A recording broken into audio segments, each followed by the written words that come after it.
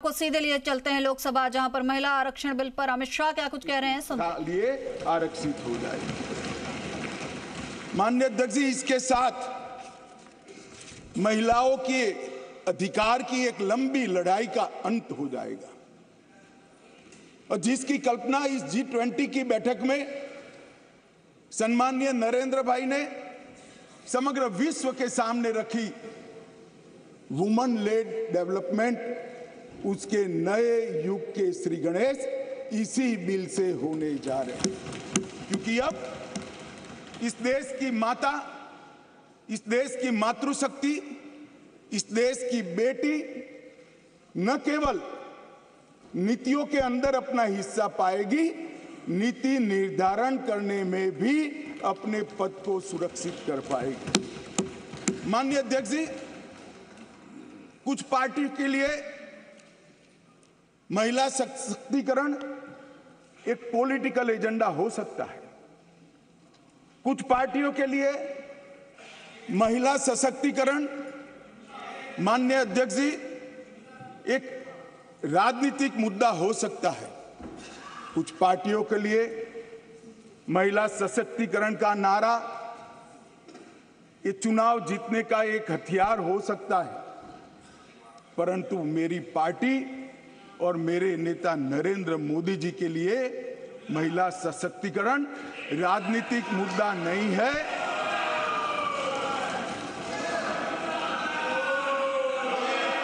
फिर से सुनिए, मेरी पार्टी और मेरे नेता नरेंद्र मोदी जी के लिए महिला सशक्तिकरण राजनीतिक मुद्दा नहीं, मान्यता का सवाल है, मान्यता का सवाल।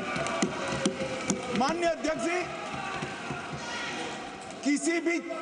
किसी भी सिद्धांत के लिए किसी व्यक्ति या संस्था इसका आकलन करना है कि सिद्धांत के प्रति मान्यता कितनी दृढ़ है, तो कोई एक घटना, कोई एक कदम से नहीं बनाया जा सकता। प्रधानमंत्री नरेंद्र मोदी जी जब संगठन का काम करते थे, भारतीय जनता पार्टी के संगठन महासचिव थे गुजरात प्रांत के, और गुजरात में भारतीय जनता पार्टी की वडोदरा कार्यकारिणी हुई थी। उस ऐतिहासिक कार्यकारिणी में मोदी जी के रोल के कारण ही भारतीय जनता पार्टी के संगठनात्मक पदों में 1/3 रिजर्वेशन माताओं के लिए किया गया। और ऐसा करने वाले मैं गर्व से कह सकता हूं कि मेरी पार्टी सबसे पहली पार्टी है और मेरी पार्टी सबसे अंतिम पार्टी। माननीय अध्यक्ष जी, मोदी जी जब मुख्यमंत्री थे, ढेर सारे लोगों को मुख्यमंत्री रहते हुए ढेर सारी भेंटें मिलती हैं। ज्यादा से ज्यादा सभी लोग इसको तोशाखाना में आरक्षित रखवा देते हैं। मोदी जी ने उस वक्त निर्णय किया था और सार्वजनिक घोषणा भी की थी कि जितनी भी भेंट आएगी उसका ऑक्शन होगा और वो बच्चियों की पढ़ाई लिखाई के लिए खर्च किया जाएगा। माननीय अध्यक्ष जी, सीएम रहते हुए भी उनको प्रधानमंत्री देश की जनता ने चुना। 2014 में उनको प्रधानमंत्री पद के प्रत्याशी घोषित करने के बाद चुनाव हुआ और 30 साल के बाद इस देश की महान जनता ने पूर्ण बहुमत की एक सरकार मोदी जी के नेतृत्व में बनाने का मैंडेट। और जब सरकार बनाने का समय आया, तब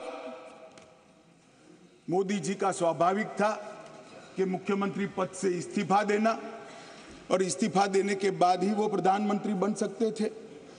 तो मुख्यमंत्री पद से जब मोदी जी ने इस्तीफा दिया, तब इनके बैंक अकाउंट में माननीय अध्यक्ष जी, भाई उनको जवाब न दो, इनके बैंक अकाउंट में जितना भी मुख्यमंत्री की तनख्वाह से और जितना भी पैसा बचा था, वो सारा का सारा गुजरात सचिवालय की वर्ग 3 और 4 के कर्मचारियों की बच्चियों की पढ़ाई लिखाई के लिए। माननीय अध्यक्ष, इसके लिए कोई सर्कुलर नहीं था, इसके लिए कोई कानून नहीं बनाया था।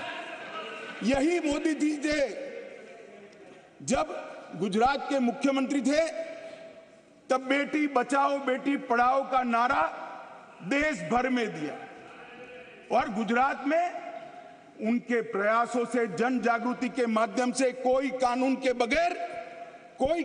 बगैर लिंग अनुपात के अंदर बहुत बड़ा परिवर्तन कर लाखों बेटियों को पृथ्वी पर आने का अधिकार इस नरेंद्र मोदी जी ने। धूम धपकी धूप में मई महीने में पटवारी से लेकर मुख्यमंत्री तक पूरी की पूरी सरकार 5 दिनों तक गर्ल चाइल्ड एनरोलमेंट के लिए गांव-गांव में जाती थी। कोई कस्बा ऐसा नहीं होता था जहां पर सरकार के पदाधिकारी नहीं जाते थे।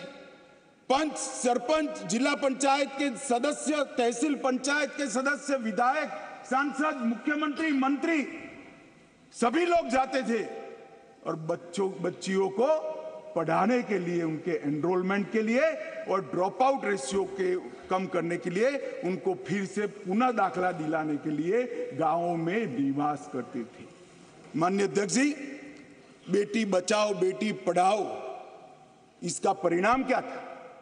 एक और तो लिंग अनुपात में बहुत बड़ा अंतर आया और दूसरी ओर कांग्रेस पार्टी जो लेगेसी छोड़कर गई थी गुजरात में, उसमें प्राइमरी एजुकेशन में 37% ड्रॉप आउट रेशियो था और मोदी जी जब मुख्यमंत्री से प्रधानमंत्री बनने के आए तब वो 30% ड्रॉप आउट रेशियो घटकर 0.70% है।